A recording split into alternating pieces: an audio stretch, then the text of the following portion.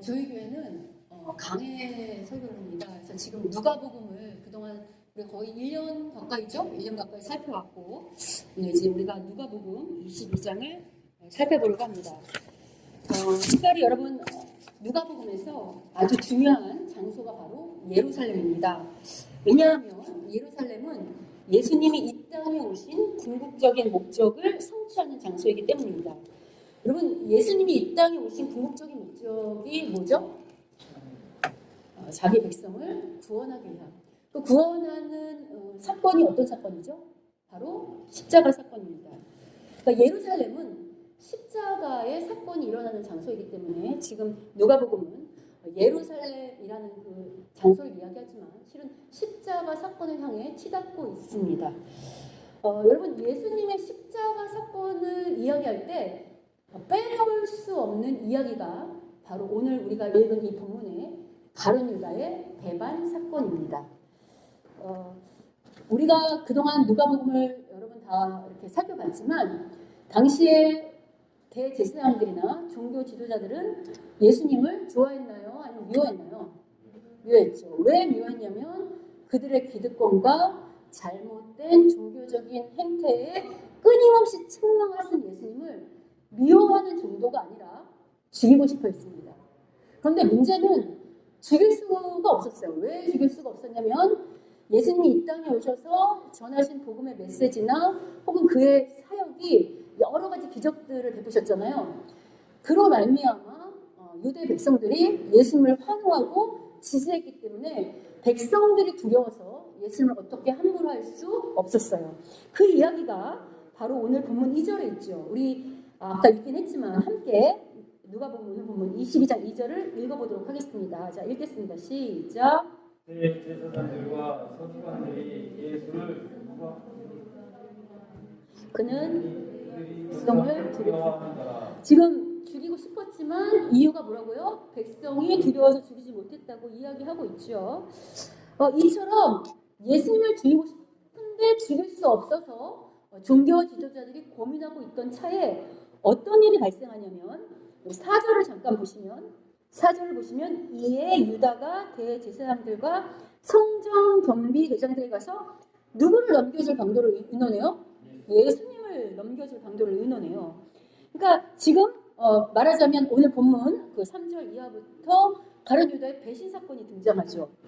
여러분, 처음에 종교 지도자들은 예수님의 가장 최측근인 12제자 중에 한 사람인 가룟 유다의 방문을 의아했을 거예요. 왜 찾아왔나? 그런데 지금 와서 예수님을 넘긴다니 얼마나 기뻤겠습니까? 그리고 이제 함께 죽일 음모를 꾸몄겠죠. 그럼 우리가 오늘 본문을 통해서 이런 질문을 할 수 있습니다. 가룟 유다는 왜 예수님을 배반한 것일까? 왜 배신하려고 했을까? 라는 질문을 할 수 있겠죠.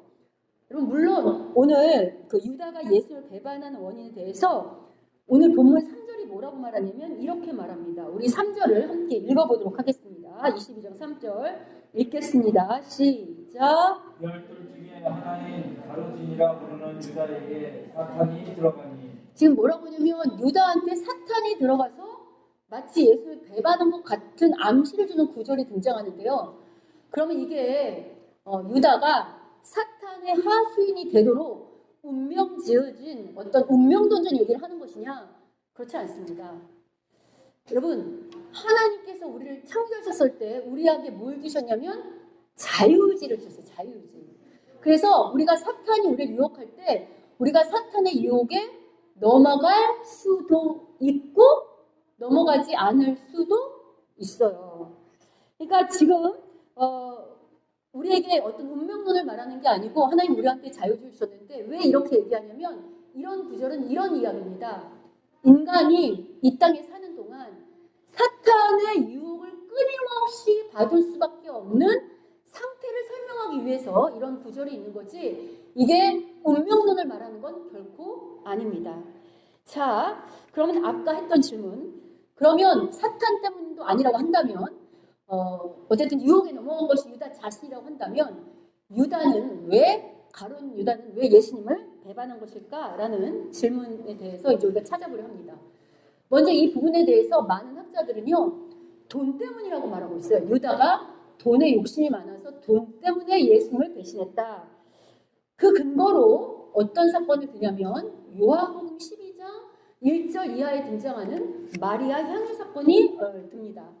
자, 우리가 이 지금 요한복음 이 사건인데요. 읽진 않은데 잠깐 보면 어떤 일이 있었냐면, 여러분 요한복음 12장의 그 11장부터 보면 여러분 나사로 아시죠? 죽은 나사로. 예수님이 그를 다시 살리시잖아요. 얼마나 기뻤겠어요. 그래서 잔치가 벌어졌을 때 예수님 나사로의 여동생인 동생들 있죠. 마리아랑 마르 아시죠?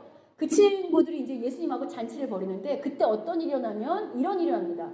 여기서부터 읽어볼게요. 나사로는 요한복음 12장 여기서부터 읽겠습니다. 시작. 나사로는 예수와 함께 앉은 자 중에 있더라. 마리아는 지극히 비싼 향유 곧 순전한 나드 한 근을 가져다가 예수의 발에 붓고 자기 머리털로 그의 발을 닦으니 향유 냄새가 집에 가득하더라. 지금 나사로의 여동생 중에 한 사람이었던 마리아가 향유 하나를 가져와서 예수님께 온전히 붓고 그 향유로 예수님의 발까지 이제 닦아주면서 당시 손님을 환대하는 최고의 환대로 그런 어떤 관습으로 예수님을 지금 환대하고 있어요. 근데 문제는 뭐냐면 요 다음 구절에 나오지만 이 마리아가 부은 이 향유의 값이 얼마냐면 바로 여기 보시면 얼마냐면 300데나리온이에요. 근데 이제 이 300데나리온을 오늘날의 그 화폐 가치로 완전하게 환산하기는 어렵지만 당시의 임금을 갖고 좀 추정하면 어느 정도인지 알 수 있는데요.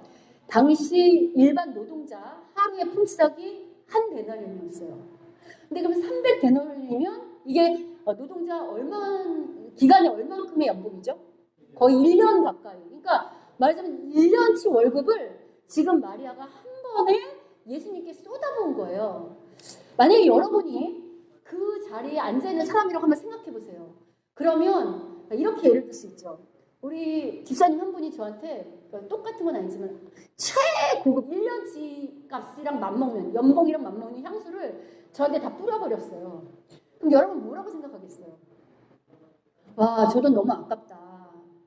아니 목사님한테 어느 정도만 향수 뿌려주고 나머지 그 돈으로 가난한 사람들, 그 다음 약자들을 돕는 구제에 썼으면 얼마나 좋았을까라는 생각할 수 있겠죠. 당연합니다. 유다도 지금 똑같이 하고 있어요. 지금 보시면 여기 나오죠. 제자 중 하나로서 예수를 잡아줄 가룟 유다가 말하되 뭐라고 말하죠? 이 향유를 팔아서 가난에게 주었으면 좋지 않겠느냐라고 말하는 거 보이세요? 똑같이 말하고 있어요. 그런데 문제는 지금 이 요한복음을 썼던 요한이 뭐라고 하냐면 이렇게만 끝내는 게 아니고 요한이 뭐라고 말하냐면 그는 도둑이라. 뭐를 맡고 있대요? 돈깨를 맡고 거기 넣는 것을 어떻게 한다고요? 훔쳐감이라. 이 책을 지은 예수님의 또 다른 제자인 요한은 가룟 유다가 겉으로는 선한 이야기를 하고 있지만 그의 실상은 도둑놈이라는 거예요. 그러니까 어떤 동계를 받는데 도둑놈이라는 이 말을 오늘로 적용하면 여러분 교회에 재정부가 있잖아요. 그죠? 근데 재정팀이 있는데 그 재정팀 중에 부원 하나가 아주 신실한 것처럼 보여요. 근데 겉으로 우리 성도들이나 교회 앞에서는 아주 신실한 것처럼 행동하지만 뒤로는 어떻게 하고 있다고요? 공금을 횡령하고 있다고 말하는 거랑 똑같아요. 자, 말하자면 지금 이 본문을 통해서 뭘 알 수 있는가? 유다가 공금을 횡령할 만큼 어디에 욕심이 있어요? 돈에 욕심이 있었다는 거죠. 그러니까 앞서 말한 것처럼 유다가 예수님을 배반하는 원인이 돈 때문이라고 말하는 견해는 어느 정도 타당한 것 같습니다. 그러나 그럼에도 불구하고 저는 이 견해에 전적으로 동의하지는 않습니다. 왜냐하면 그 근거가 바로 유다의 또 다른 성경에 등장하는 유다의 행동 때문인데요. 여러분 만약에 이제 유다가 지금 예수님을 팔아 넘겼잖아요. 여러분 다 아시는 것처럼 유다가 예수님을 팔아 넘기면서 받은 그 돈이 얼마인 줄 아십니까? 은 30? 성경은 정확히 말하면 은 30을 달았다 이렇게 말해요. 뒤에 화폐 가치를 말하는 게 아니고 은 30을 저울에 달아줬다 이렇게 말하거든요. 그러니까 말하자면 그 한 조각이 어느 정도인지 모르지만 30개 조각 정도를 달아준 거예요. 근데 여러분 이런 것만 연구한 학자들이 또 있는데 또 다른 학자에 의하면 당시 은의 가치를 따질 때 은 한 조각의 그 가치는 그렇게 비싸지 않았대요. 은이 되게 저렴했다고 합니다. 그러니까 은 30조각이라고 할 때 그 돈의 화폐 가치는 우리가 생각하는 만큼 아주 많은 돈이 아니에요. 아울러 유다가 정말 돈에 관심이 있었다면 이런 행동은 하지 않았을 겁니다. 유다가요, 예수님을 팔고 나서 돈을 받은 다음에 후에 어떤 행동을 하냐면 이렇게 행동합니다. 마태복음 27장 3절부터 4절 우리 같이 한번 읽어보도록 하겠습니다. 마태복음 27장 3절 4절 읽겠습니다. 시작. 그때 예수를 판 유다가 그의 정죄됨을 보고 스스로 뉘우쳐 그 은 30을 대제사장들과 장로들에게 도로 갖다 주며 이르되 내가 무죄한 피를 팔고 죄를 범하였도다 하니. 지금 유다가 나중에 예수님을 배신한 후에 후회하면서 받았던 돈을 어떻게 하죠? 도로 갖다 주는 거 보이십니까? 유다가 정말 돈에만 관심이 있었다면 이 돈을 돌려줄 리 만무하겠죠. 우리가 여기서 생각해 봐야 되는 건 이런 겁니다. 여러분, 어떤 사람이 있을 때 그 사람에게는 단점과 부정적인 측면만 있을까요? 아니면 단점도 있겠지만 장점과 긍정적인 측면도 있을까요? 네, 둘 다 있죠. 여러분, 유다 같은 경우 일반 그 유대 백성이 아니고 적어도 예수님을 따라다녔던 12제자 중에 한 사람입니다. 그냥 따라다닌 게 아니고 자기가 하던 일을 다 내려놓고 3년이나 전적으로 예수님과 동고동락했다고요. 자, 그렇다고 한다면 유다는 왜 예수님을 따라다녔냐면, 여러분, 예수님이 이 땅에 오셨을 때 우리가 이제 복음서에 여러 말씀을 하는데 예수님이 이 땅에 오셔서 전한 메시지, 예수님이 오신 목적, 그 메시지의 핵심, 그러면 한마디로 뭐라고 말할 수 있죠? 예수님이 전한 핵심 주제가 뭘까요? 우리 저랑 오래 성경 공부한 분들은 이거에 대답할 수 있어야 돼요. 복음서는 예수님을 말하는 거지만 그렇게 다른 말로 할 수 있다 그랬어요. 다른 말로. 뭐죠? 바로 하나님 나라. 여러분, 예수님이 이 땅에 와서 전한 복음의 핵심은 바로 새로 도래할 하나님 나라였어요. 그럼 이게 예수님이 갑자기 말씀하시는 건가? 그렇지 않죠. 이미 구약의 선지서들 가운데 앞으로 미래에 메시아가 오시면 어떻게 새로운 하나님 나라가 도래할 것인지에 대해서 끊임없이 말씀하셨다고요. 그래서 신실한 유대 백성이라고 한다면, 신실한 유대인이라고 한다면 계속해서 어떤 걸 기대했죠? 메시아의 오심과 하나님 나라를 기대했단 말이에요. 적어도 유다가 예수님을 따랐다는 것은 뭐에 관심이 있던 사람이냐면 그냥 이렇게 도둑놈만은 아니고 그의 마음속에 구약이 말하는 하나님 나라를 기대하며 그것을 소망하며 그것에 관한 열정이 있었기 때문에, 나름 신실한 면이 있었기 때문에 예수님을 따라다녔을 거라고요. 그렇죠?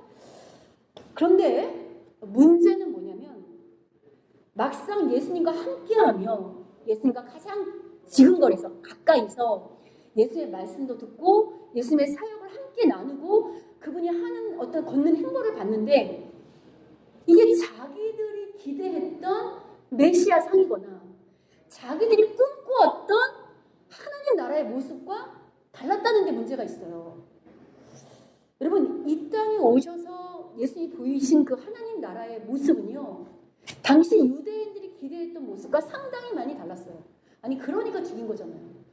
이게 어느 정도로 사람들이 알아보지 못했냐면, 여러분, 예수님께서 이 땅에 오셨을 때 예수님이 메시아임을 가장 먼저 알아보고 저가 어린 양이라고 말했던 선지자가 누구죠? 바로 세례 요한이에요. 여러분, 세례 요한은 예수님이 여자가 낳은 자 중에 이보다 더 큰 이가 없다고 말씀하실 만큼, 칭찬하실 만큼 영성이 뛰어난 자였다고. 근데 예수님이 오시자마자 예수님을 알아봤던 그 세례 요한조차도 예수님이 막상 이 땅에 오셔서 계속해서 여러 가지 사역을 하시고 날 때 어떤 질문을 던지냐면 이런 질문을 던집니다. 우리 누가복음 17장 18절 19절을 함께 읽어보도록 하겠습니다. 자, 앞에 있습니다. 자, 읽겠습니다. 시작. 요한의 제자들이 이 모든 일을 그에게 알리니 요한이 그 제자 중 둘을 불러 주께 보내어 이르되 오실 그이가 당신이 오니까 우리가 다른 일을 기다리오리까 하나 하네. 지금 세례 뭐라고 하냐면 예수님한테 뭐라면 메시아가 당신 맞습니까? 아니면 우리가 다른 사람을 다시 기다려야 됩니까? 라고 질문할 정도라면 세례 요한이 예수님을 인정한다는 거예요? 아니면 세례 요한조차도 예수님께 의구심을 품고 있다는 거예요? 예수님을 의심한다는 거죠. 자, 여러분 세례 요한조차도 예수님을 다 이해하지 못한다고 한다면 예수님이 돌아가시기 직전에 이 복음서에서 그려주는 제자들의 영적 모습은 아주 어둡거든요. 제자들 역시 예수님을 알아볼 수 없었고 이해할 수 없었겠죠. 더군다나 거기에 탐심까지 더했잖아요. 지금 여러분 우리 복음서에 보면 제자들이 예수님을 따른 목적이 하나님 나라에 대한 소망도 있지만 자리다툼하면서 누가 더 큰지 끊임없이 자기 욕심 때문에 따라다녔던 거 아시죠? 거기다 지금 가룟 유다는 돈에 대한 욕심까지 더해졌으니 예수님의 행보를 보면서 정말 예수님을 끝까지 따라야 될지 말아야 될지 고민하는 많은 사건들이 있었을 것으로 추정됩니다. 이럴 때 이처럼 가룟 유다가 예수님에 대한 신뢰가 차츰차츰 무너져가고 있을 때 이 신뢰를 더 무너뜨리는 사건이 등장합니다. 바로 어떤 사건이냐면 우리가 앞서서 살펴봤던 바로 요한복음의 그 향유를 붓는 사건인데요. 그 향유 붓는 사건 뒤에 어떤 일이 일어나면 이런 일이 일어납니다. 우리 요한복음 12장 7절 8절 우리 함께 읽어보도록 하겠습니다. 읽겠습니다. 12장 7절 요한복음 12장 7절 8절입니다. 자, 읽겠습니다. 시작. 제자 중 하나로서 예수를 잡아줄 가룟 유다가 말하되 이 향유를 어찌하여 300데나리온에 팔아 가난한 자들에게 주니 아니하느냐 하니 예수께서 이르시되 그를 가만두어 나의 장래할 날을 위하여 그것을 간직하게 하라.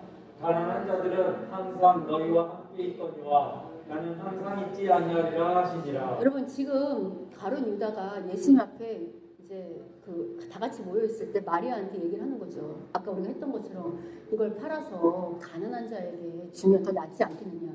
여러분 이 말 자체로만 생각해 보면 가룟 유다의 말은 옳아요, 옳지 않아요? 옳아요. 옳은 것처럼 보이죠. 충분히. 그런데 문제는 예수님이 가룟 유다의 편을 드는 게 아니고 마리아를 책망해야 되는데 오히려 누구를 책망하죠? 유다를 지금 책망하고 있어요. 가룟 유다 입장에서는 지금 내가 분명히 옳은 말을 했는데 마리아 내 편을 들어주지 않고 마리아 편을 드는 예수님에 대해서 조금 실망했을 거예요. 실망하는 정도가 아니고요. 여러분 지금 이 상황이 어떤 상황이냐면 앞서서 언급한 것처럼 이게 지금 나사로가 죽었다 살아난 것을 기뻐하는 잔치자리라고 그랬잖아요. 그럼 여기 모인 사람이 예수님의 12제자나 나사로의 가족만 있는 게 아니고 온 동네 사람들이 다 모여서 잔치를 벌이고 있는 상황이라고요. 그러면 유다 입장에서는 이 온 동네 사람들 있는 데서 그래도 예수님 앞에 진언을 드린 건데 지금 우리는 책망을 받은 거잖아요. 그 이 맥락에서 우리가 또 생각해 볼 게 뭐가 있냐면 우리가 아까 나왔지만 여러분 요한이 지금 가룟 유다가 뭐 했던 사람이냐면 돈깨를 맡고 있다고 했어요. 이건 오늘로 치면 재정을 맡는 거잖아요. 여러분 교회에서 재정을 맡길 때 내가 재정 맡고 싶다고 해서 맡아지나요? 그렇지 않죠. 적어도 리더, 예수님과 제자 공동체가 그 가룟 유다를 어느 정도 신뢰하기 때문에 맡기는 거잖아요. 교회에서도 어떤 재정을 맡길 때 아무한테나 맡기지 않고 그의 영성과 어느 정도 신실함과 그리고 저가 믿을만하다고 여겨지는 자한테 맡기는 거잖아요.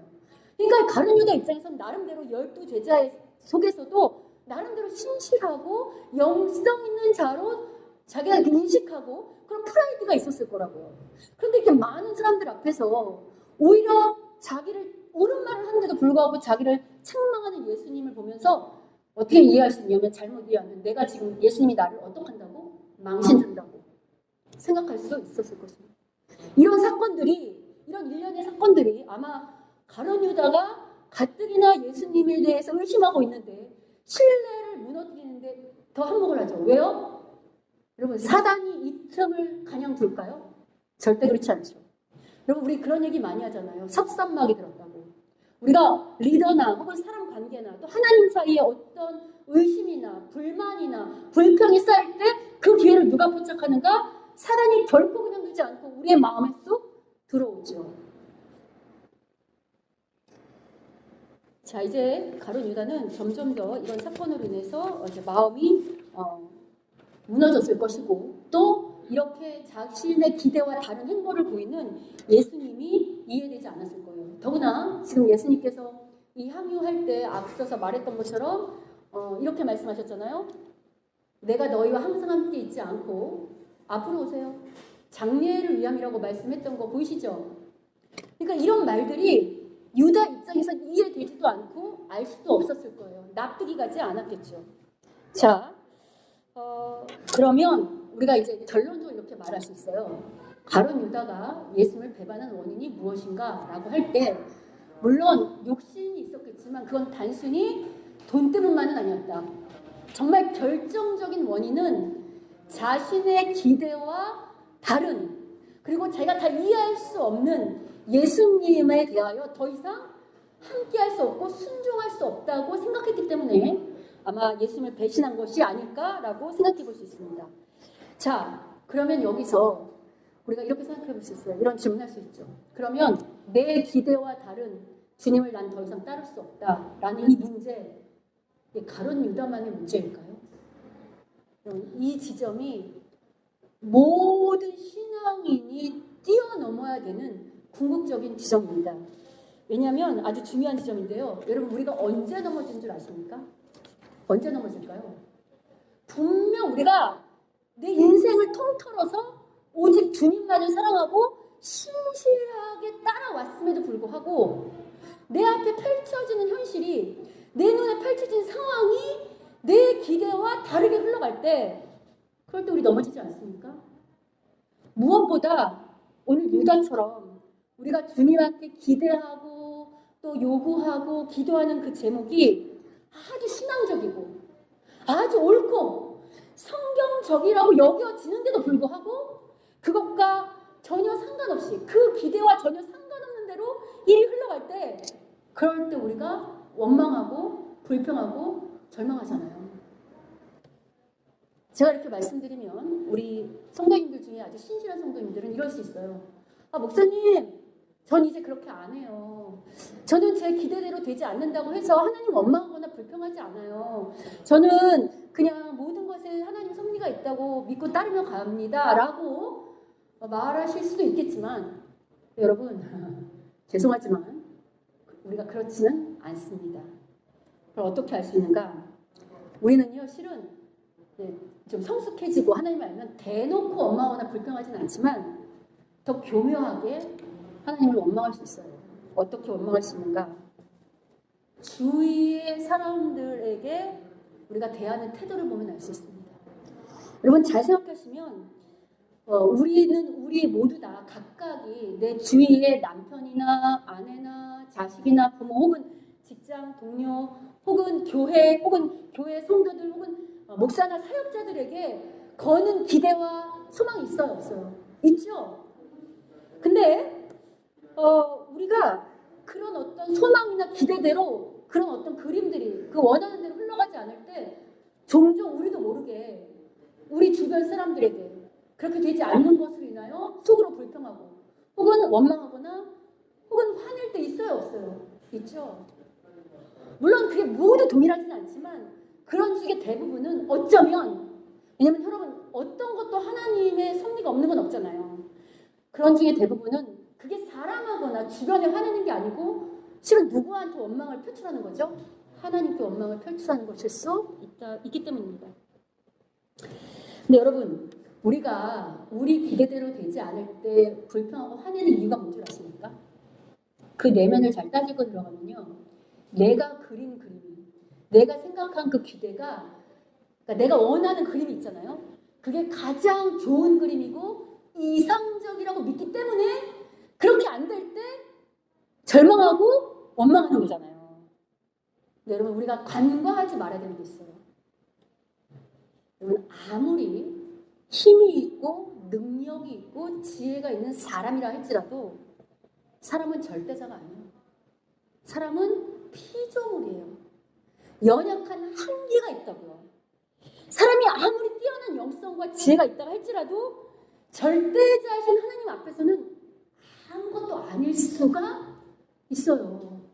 근데 우리는 그걸 자꾸 잊어버려요. 우리가 보는 세계, 우리가 꿈꾸는 거, 우리가 했던 힘과 노력이 다라고 착각할 때가 있다는 거죠. 여러분, 이런 것을 이런 비극을 잘 보여주는 그리스의 대표적인 문학작품이 있어요. 바로 그리스 문학작품의 그 3대 비극 중에 하나인 그 소포클레스의 오이디푸스 왕인데요. 제가 이 이야기를 잠깐 요약해드리면, 이게 어떤 이야기냐면, 오이디푸스라는 사람이 있어요. 이 사람이 코린토의 왕자로 이제 살아요. 왕자예요. 코린토의 왕자로 있는데, 어느 날 이제 왕자인데, 예전에는 왜 그 신탁이나 예언가들이 이야기를 하잖아요. 특히 왕이나 왕자 가문에 대해서는. 근데 뭐라고 이 왕자를 예언하냐면, 이 왕자가 나중에 자기 친아버지를 죽이고 어머니와 간음할 거라는 신탁을 들어요. 그런 예언을 듣는다고. 그러니까 이 이야기를 들은 오이디푸스 자신은 얼마나 기가 막히고 비참하겠어요. 내가 내 손으로 내 아버지를 죽이고 내 어머니와 간음한다는 이 충격적인 예언에 오이디푸스는 왕자 자리를 박차고 나라를 떠나서 여행을 가면서 이제 그 옆에 다른 나라로 향하는 테베라는 나라로 향하고 있거든요. 여행길에 올랐는데 그 테베라는 길에 가서 어떤 일이 있냐면, 테베에는 당시 여러분이 잘 아시는 스핑크스 있죠? 스핑크스가 길목에 서서 퀴즈를 내서 맞히지 못하면 그 지나가는 행인을 죽이는 만행을 저지르고 있었어요. 그 퀴즈가 뭐냐면, 여러분 그거 아시죠? 목소리는 하나인데 4다리, 2다리, 3다리로 되는 게 뭐냐, 이 질문이었거든. 이걸 못 맞춰서 사람들이 계속 죽고 있었어요. 근데 오이디푸스가 지나가면서 이 질문에 답을 해요. 답이 뭐죠? 사람. 어릴 때 4다리로 걷고 젊어선 2다리고 늙어선 지팡이 3다리. 그러니까 이 답을 푸는 바람에 스핑크스가 화를 참지 못하고 죽어요. 그러니까 테베라는 이 왕국에서는 그동안 스핑크스가 계속해서 사람을 죽이는 괴물이었는데, 이 괴물을 처치한 이 오이디푸스가 영웅이 돼요. 그래서 마침 그 테베 왕이 죽어서 없었거든요. 없었어. 왕이 빈자리였어요. 그러니까 당시 고대에는 영웅을 왜 왕으로 추대하잖아요. 그래서 이 오이디푸스를 왕의 자리에 추대하고 이제 왕이 돼요. 그리고 단순히 왕만 되는 게 아니라 이제 거기 왕비가 있었는데 그 왕비랑 결혼해서 정말 훌륭하게 이 테베란 이 나라를 잘 통치하고 정말 이렇게 살고 있었어요. 근데 어느 날 어떤 일이 발생하냐면, 정말 평화롭고 그다음 아주 정말 행복하게 잘 살고 있던 테베 왕국에 기근과 역병이 도는 거예요. 근데 여러분, 아까도 말했지만 고대에는 그런 일들이 일어나면, 이해할 수 없는 일이 일어나면 신탁이나 예언을 듣는다 그랬잖아요. 근데 이제 신탁이 뭐라고 나오냐면, 이 테베라는 왕국 안에 친아버지를 죽이고 어머니와 결혼한 자가 있기 때문에 그 죄악 때문에 이런 일이 발생했다고 해요. 이를 든 오이디푸스는 노발대발하면서 당장 그 페르나를 찾아서 처벌하라고 명령을 내려요. 근데 이제 이 범죄자를, 이 페르나를 찾는 과정에 신하 한 명이 다가오더니 고만 찾으시라고 극구 말려요. 이거 고만하라고. 그럼에도 불구하고 오이디푸스가 정의로웠거든, 나름. 그래서 안 된다. 그리고 나라를 위해서 이 기근과 역병을 없애기 위해서라도 반드시 그 페르나를 찾으라고 명령을 내리고 끝까지 추격을 하는데, 결국 그 범인을 찾는 그 마지막 그 현실 가운데 오이디푸스는 너무 끔찍한 현실하고 직면해요. 그 페르나가 누구냐면 바로 자기 자신이었어요. 어찌된 일인가, 오이디푸스는 원래 코린토 왕자가 아니에요. 테베의 왕자로 태어났는데, 그 왕자로 태어났을 때 태어나자마자 거기에서 예언가들이 이 왕자님이 태어나면 친아버지를 죽이고 어머니와 결혼할 거라는 예언을 들은 그 전 왕이, 아버지가 내가 죽을 거니까 이 아들을 죽이라고 명령한 거예요. 근데 신하 중에 한 사람이, 여러분 깜난애기를 죽이는 게 쉽겠어요? 마음이 너무 약해서 이 오이디푸스를 멀리 다른 나라로 보낸 것이 바로 코린토 왕자라는 거죠. 근데 앞서서 왜 테베로 여행을 왔다고 그랬잖아요. 어떤 일이 있었냐면, 오이디푸스가 나라를 떠나서 그런 충격적인 예언을 듣고 여러분 다닌다고 생각해보세요. 더군다나 젊은 청년이. 비극적이잖아요. 내 운명은 왜 이럴까? 내가 뭘 잘못해서 이런 비극적 운명을 갖고 태어났는가 하고 얼마나 원망하며 다녔겠어요. 그러던 중에 길에서 노인 일행을 만나거든요. 그래서 실랭이가 붙어요. 근데 이게 화를 참지 못해서 그 노인과 그 일행을 죽이는데, 바로 죽였던 그 노인 누군가? 바로 자기의 친아버지였던 거예요. 여러분 이 이야기에서 우리가 뭘 알 수 있는가? 친왕인 아버지는 여기서 이제 하나 더 이제 말씀드리면 그래서 그 결혼한 엄마는 이 사실을 알고 얼마나 충격적이었어요. 자기가 결혼한 새로운 남편이 아들이잖아요. 결국 자살했고 이 사실을 안 오이디푸스는 너무너무 비극적이라 자기 어머니가 바느질하던 그 바늘로 자기 두 눈을 찔러서 장님이 되는 그런 비극적인 결말로 이 이야기는 막을 내리거든요. 여기서 우리가 뭘 할 수 있는가? 자기 아들이 자기를 죽이는 게 싫어서 죽이라고 명령했지만 그 운명을 피할 수 없던 그 비극적인 전왕, 또 자기 친아버지를 죽이고 싶지 않아서 길을 떠났는데 그 떠난 길이 오히려 자기 아버지를 죽이는 그 예언을 들어맞는 이런 운명이 있다는 이야기를 통해서 우리가 뭘 알 수 있는가? 아무리 힘 있는 영웅이라 할지라도 아무리 힘과 능력 있는 영웅이라 할지라도 이 세계를 움직이는 그 모든 보이지 않는 섭리를 다 이해할 알 수 없다는 거예요. 물론 여러분 문학 작품에서는 그 절대적인 어떤 자의 힘을 신탁이나 예언으로 말했지만 우리는 알고 있어요. 그 절대자가 신탁이나 예언이 아니라 이 세상을 움직이는 보이지 않는 절대적인 권능자가 누구시죠? 바로 하나님이세요. 비록 이 세상에 문학이나 우상들은 자기 피조물들을 자기 마음대로 골탕 먹이기도 하고 자기의 도구로 쓰지만 우리가 믿는 하나님은 절대 선이고 절대 진리실 뿐만 아니라 자기가 창조한 피조물을 너무 사랑하셔 친히 죽으시는 진정한 아버지 되시는 하나님이잖아요. 그래서 여러분 기독교는 이 문학작품이 말하는 그런 운명론이나 숙명론을 말하진 않아요. 앞서서 말한 것처럼. 다만 보이지 않는 절대적인 힘이 있다고 말하는 거예요. 그 하나님이, 그 절대적인 힘이 누구냐? 바로 하나님이라는 거예요. 그래서 오늘 우리가 본문을 통해서 뭘 깨달아야 하는가? 우리가 아는 게 다가 아니라는 거예요. 우리가 보는 게 다가 아니라는 거예요. 우리의 경험이나 우리의 지혜나 우리의 지식이나 우리의 능력이 다가 아니라는 거예요. 이 세상에서 아무리 힘과 능력과 지혜가 있다 할지라도 내가 모르는, 내가 할 수 없는 여지가 있다는 것, 그곳에 하나님의 섭리가 있다는 걸 믿는 것, 그게 바로 신앙이라고 말해요. 여러분 이건 지혜거든요.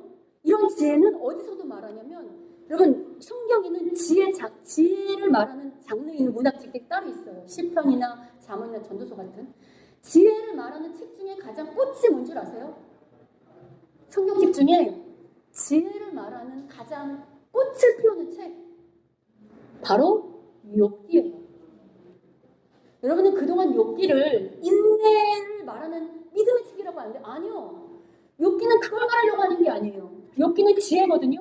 욥기가 무슨 지혜를 말하냐면 이런 지혜를 말하죠. 여러분 욥기를 잘 읽어보시면 욥이 고난을 당할 때 세 친구가 찾아오잖아요. 그리고 그들이 욥에게 네가 왜 그런 죄를 졌는지에 대해서 여러 가지 충고와 권면을 하는데 그 세 친구의 말 자체는 틀린 말이 없어요. 말 자체는. 왜냐하면 그 세 친구는 그 당시 가장 뛰어난 지혜자요, 영성가요, 현자예요. 다들 고개 숙이는 선생이라고. 그럼에도 불구하고 하나님께서 그들을 책망하시죠. 왜요? 그들은 배후에서 욥이 이유가 있는 고난이 아니라 욥을 시험하기 위한 사단과 하나님의 어떤 거래가 있다는 걸 전혀 알지 못했어요. 그게 어디 세 친구만의 문제일까요? 욥도 동일했어요. 욥도 동일하게 하나님께 끊임없이 항변하잖아요. 내가 뭘 잘못했냐고. 내가 왜 억울하게 이렇게 고난을 당해야 되냐고. 오죽하면 욥이 하나님 보고 내려오셔서 법정에 같이 서보자고 따질 만큼 욥이 항변했다고. 그런데 욥이 끊임없이 하나님께 질문할 때 하나님이 이 질문에 답하시지 않고 어떻게 답하시는가? 갑자기 그 욥기 38장에 보면 하나님이 짠하고 등장했어요. 그럼 우리가 질문한 것에 답을 하셔야 되잖아요. 욥이 하나님 억울하게 왜 이렇게 고난을 주십니까? 라는 질문에 답하시는 것이 아니라 오히려 하나님이 갑자기 생뚱맞은 질문을 하세요. 무슨 질문을 하시죠? 천지창조에 관한 질문을 하세요. 욥아, 네가 이 하늘의 별이 어떻게 다리를 낳는지 아느냐? 이것이 기초가 어떻게 세워졌는지 아느냐? 악어의 힘줄이 어떻게 생겼는지 아느냐? 뭐 용의 배가죽 같은 창조 세계를 이야기하면서 끊임없이 질문하시거든요. 거기에 욥이 한마디도 대답할 수 없었어요. 왜요? 창조 세계를 전혀 알 수 없으니까. 이 일을 통해서 욥이 뭘 깨닫냐면 중요한 걸 깨닫죠. 전에는 내가 귀로만 들었지만 눈으로 봤다. 이게 무슨 얘기인가? 전에는 자기가 제안한 하나님, 자기가 안다고 그렸던 그 울타리에 있는 하나님이 다라고 착각한 거예요. 욥도. 그러나 이 사건을 통해서 욥은 뭘 깨닫냐면 내가 믿는 하나님은 절대자이기 때문에 내가 아는 그 이상, 내가 알지 못하는 그 세계 속에서 움직이시는 하나님인 걸 깨달은 거예요.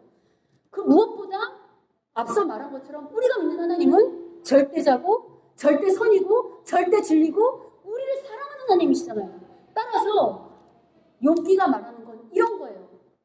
진짜 지혜란 설사 내가 다 이해되지 않는다 할지라도, 설사 내가 다 납득되지 않는다 할지라도, 설사 내 눈에 보이지 않는다 할지라도, 내 안에 일어나는 일들이 내 상황이 내 마음에 들지 않는다 할지라도 이 안에 누구의 섭리가 보이지 않는, 내가 이해하지 않는 누구의 하나님의 섭리와 뜻이 있는 걸 믿고 그분의 말씀에 이해되지 않아도, 항복되지 않아도 기꺼이 순종하며 나아가는 것, 이게 진짜 지혜고 참된 신앙이라고 욥기가 우리한테 말하는 거예요. 어떻습니까, 여러분? 동일합니다. 오늘 본문을 통해서 우리가 똑같이 이해해야 될 것이 바로 그거예요. 우리가 설사 다 이해되지 않는다 할지라도, 우리가 보이지 않는다 할지라도, 납득되지 않는다 할지라도 내게 가장 좋은 것으로 주실 그 하나님을 믿으며 오늘도 기쁘게 감사하며 찬양하며 주의 말씀을 100% 신뢰하며 순종하는 것, 이게 신앙인 거예요. 여러분, 구약에서의 하나님이 이런 하나님이었다면 이제 그 하나님은 신약에서 어떤 모습으로 오셨죠? 예수님의 모습으로 오셨어요. 그러니까 이제 우리는 누구를 전적으로 믿고 신뢰해야 하는가? 예수님을 전적으로 믿고 따르며 그 예수님의 말씀이 다 이해되지 않고 다 믿어지지 않고 다 납득되지 않는다 할지라도 그 말씀에 기꺼이 아멘 하며 따라가는 것, 이게 진짜 제자의 모습이라고 말하는 것입니다. 자, 여러분 어떻습니까? 이래도 여전히 내 기대대로 되지 않는 주변을 향하여, 주위 사람들을 향하여, 혹은 그런 상황들을 향하여, 그런 현실 때문에 원망하고 불평하시겠습니까? 절망하시겠습니까? 어떻습니까, 여러분? 우리 이 말씀 통해서 우리를 좀 점검해보죠. 우리는 주님께서 뭐라고 요구하실 때, 혹은 교회 안의 말씀의 사역자들이 말씀을 통해서 성령께서 말씀하실 때 그것이 설사 내 마음에 들지 않고 이해되지 않는다 할지라도 그것에 기꺼이 감사하며 기쁨으로 순종하며 나아가시겠습니까? 여러분, 이럴 때는 올림픽에 골 들어가도 안 해, 야! 이렇게 하잖아요. 여러분, 이런 말씀에는 정말 우리의 온 힘을 다해서 아멘으로 화답해야죠. 제가 다시 한번 질문할게요. 그렇게 하시겠습니까? 아멘이죠. 자, 우리 옆 사람하고 인사하죠. 다 이해되지 않고, 우리 옆 사람하고 인사 나눌게요. 앞뒤로. 다 이해되지 않는다 할지라도 주님의 뜻에 순종하는 자가 됩시다. 다 이해되지 않더라도 주님의 뜻에 순종하는 자가. 자, 그 다음 한 번 더 인사 나눌 건데 한 번 더 나눌게요. 왜냐하면 주님은 주님의 때에 가장 좋은 것으로 주시기 때문입니다. 우리 한 번 더 하죠. 왜냐하면 주님은 주님의 때에 가장 좋은 것으로 주시기 때문입니다. 아멘이죠? 아멘. 그렇게 믿는 자들에게 하나님이 가장 좋은 거 주실 거 믿습니다. 아멘. 바라기는 오늘 본문의 가룟 유다의 모습을 반문교사 삼아서 내 뜻과 다르고 다 이해되지 않는다 할지라도 끝까지 기쁨과 감사로 순종하며 주님을 따르고 말미암아 하나님이 예비하신 모든 복을 받는, 하나님 보시기에 좋은 우리 교회요, 하나님 보시기에 좋은 우리 교회 성도님들 되시기를 주님의 이름으로 축원합니다. 아멘.